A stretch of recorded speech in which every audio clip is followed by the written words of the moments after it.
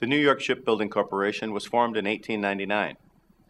The founders of the company originally wanted to locate in New York State, but when they were unable to get the land, they settled for an area on the Delaware River just outside Camden, New Jersey. During the First World War, New York Shipbuilding became the largest shipyard in the world. It continued as a major shipbuilding company through the Second World War, but went out of business in 1967. During World War II, as many as 34,000 people were employed by New York Shipbuilding. During the years of the New York Shipbuilding Corporation's operation, asbestos was used extensively in shipbuilding because of its insulating ability and almost perfect ability to resist flame. While the industry leaders and the government were becoming aware that asbestos could be harmful, workers had no idea. They worked in rooms spraying asbestos onto walls of boilers and engine rooms of ships. The asbestos dust would get so thick it was like a fog. When the workers went home, they took the dust with them with tragic results. Workers in the shipbuilding industry had almost as high a death rate as soldiers during World War II. Not until the mid-1970s did stronger regulations come out for asbestos workers. For many, and for anyone who worked at New York Shipbuilding Corporation, that was too late. The damage had already been done. Asbestos is a mineral made from thin fibers that has been used for centuries because it does not burn.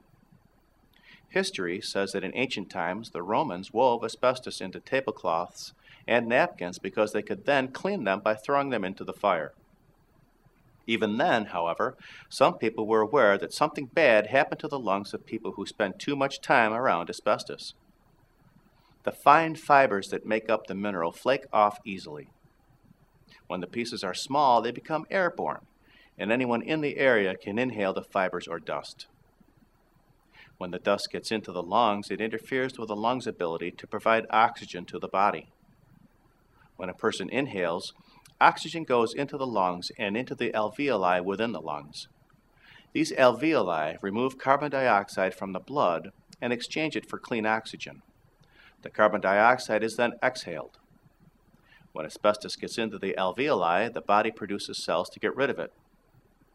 These cells attempt to dissolve the asbestos, but asbestos is resistant, and the process irritates the lining of the lungs.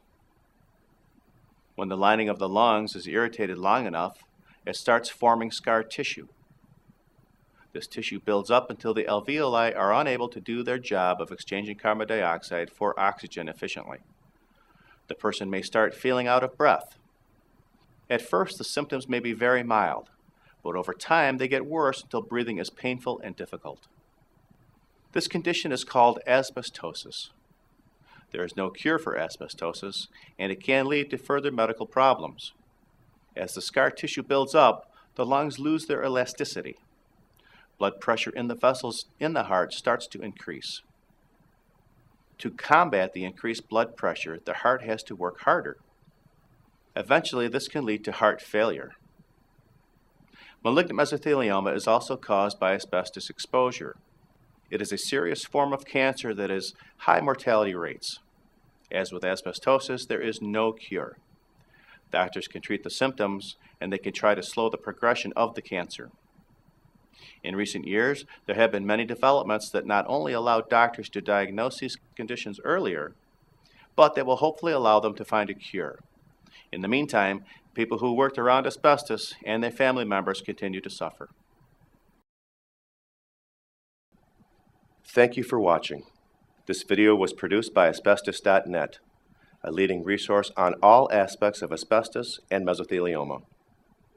Our priority is to inform victims about the devastating effects of asbestos exposure, mesothelioma, asbestos cancer, asbestosis, and other asbestos-related diseases, and to advise them with a wealth of information.